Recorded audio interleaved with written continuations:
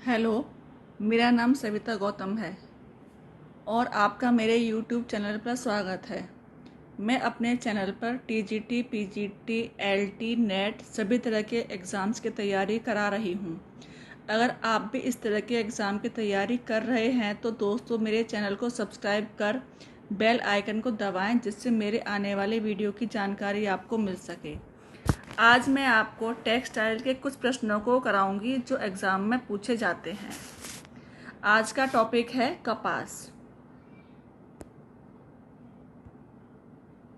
पहला प्रश्न है, कपास किस प्रकार का रेशा है?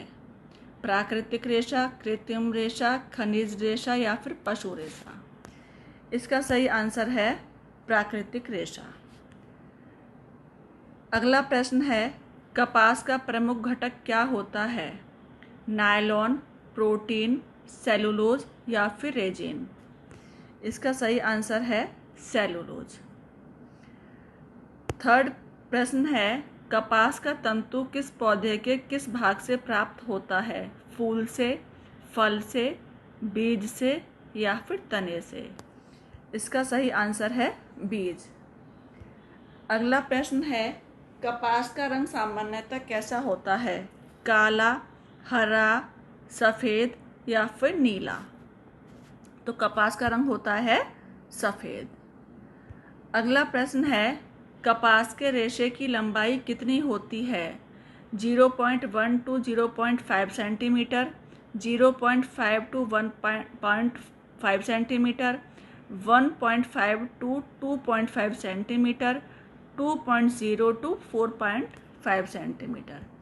इसका आंसर है 1.5 टू 2.5 सेंटीमीटर, यानी कि 1.5 से 2.5 सेंटीमीटर। अगला प्रश्न है, कपास में सिकुड़न कितना होता है? यानी कि जो कॉटन का कपड़ा है वो कितना सिकुड़ता है? बहुत कम, अत्यधिक, मध्यम या सिकुड़ता ही नहीं है? इसका सही आंसर है अत्यधिक, यानी कि जो कॉटन है वो अत्यधिक सिकुड़ता है। अगला प्रश्न है, कपास की जल अवशोषण क्षमता कैसी होती है? बहुत कम, अधिक, औसत या फिर शून्य? इसका आंसर है अधिक, यानी कि कपास की जो जल अवशोषण क्षमता है वो बहुत अधिक है। अगला प्रश्न है, कपास किस तापमान पर जलता है? 100 डिग्री सेल्सियस पर, 180 डिग्री सेल्सियस पर, 240 डिग्री सेल्सियस पर या 300 डिग्री सेल्सियस पर? इसका सही आंसर है 240 डिग्री सेल्सियस। अगला प्रश्न है, कपास का सबसे अधिक उपयोग किस में होता है? सजावट में, बिस्तर बनाने में, वस्त्र निर्माण में या कालीन बनाने में? इसका सही आंसर है वस्त्र निर्माण में, यानी कि कपड़े बनाने में। अगला प्रश्न है, भारत में उगाई जाने वाली देसी कपास की किस्म कौन सी है? Gossypium herbaceum, Gossypium barbadense, Gossypium hirsutum, Gossypium arboreum? इसका सही आंसर है गॉसिपियम अर्बोरियम। अगला प्रश्न है, बीटी कपास क्या है? रासायनिक कपास, कृत्रिम कपास, जैव प्रौद्योगिकी आधारित कपास या देसी कपास? इसका सही आंसर है जैव प्रौद्योगिकी आधारित कपास। अगला प्रश्न है, कपास किस जलवायु में बेहतर उगती है? ठंडी और आर्द्र जलवायु में, गर्म और शुष्क जलवायु में, पर्वतीय जलवायु में या वर्षा प्रधान जलवायु, या जहाँ पर ज़्यादा बारिश होती है? इसका सही आंसर है गर्म और शुष्क जलवायु में कपास अच्छी उगती है। अगला प्रश्न है, कपास की फाइबर की ताकत किस पर निर्भर करती है? रंग पर, लंबाई पर, मोटाई पर या सभी पर? तो कपास की फाइबर की ताकत इन सभी पर निर्भर करती है, रंग पर भी, लंबाई पर भी और मोटाई पर भी। अगला प्रश्न है, कपास की प्रमुख रोग कौन सी है? Blast, red rot, leaf curl virus, फफूंद? इसका आंसर है लीफ कर्ल वायरस। अगला प्रश्न है, कपास का निर्यात भारत से किस रूप में सबसे ज़्यादा होता है? कच्चे कपास के रूप में, धागे के रूप में, तैयार वस्त्रों के रूप में या फिर कंबल के रूप में? इसका सही आंसर है धागे के रूप में। अगला प्रश्न है, कपास फाइबर को सूती वस्त्र में बदलने की पहली प्रक्रिया क्या होती है? रंगाई, कताई, बुनाई या फिर सिलाई? इसका सही आंसर है कताई। अगला प्रश्न है, कपास की सतह कैसी होती है? चिकनी, मोटी, खुरदरी या चमकीली? तो जो कॉटन का कपड़ा होता है वो देखने में छूने में कैसा लगता है? खुरदरा। तो इसका सही आंसर है खुरदरी।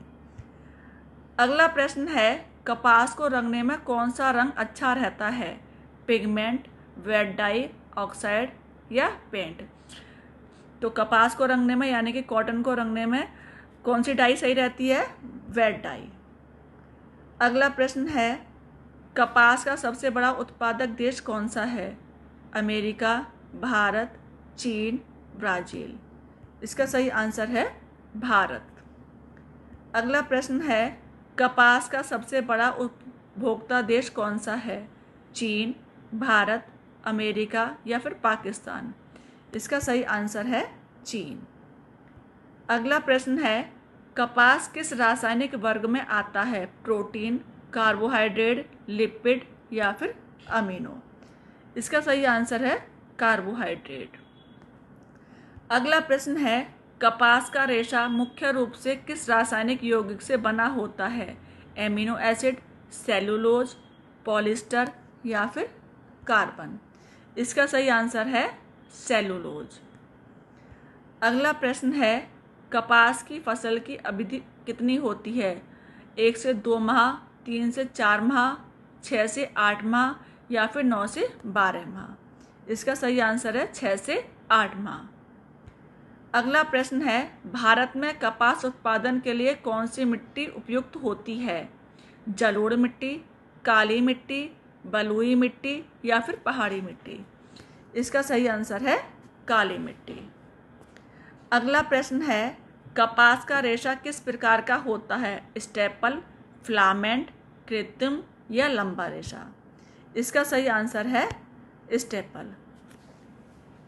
इस तरह के प्रश्नों के लिए आप हमारे YouTube चैनल से जुड़ें। राधे राधे।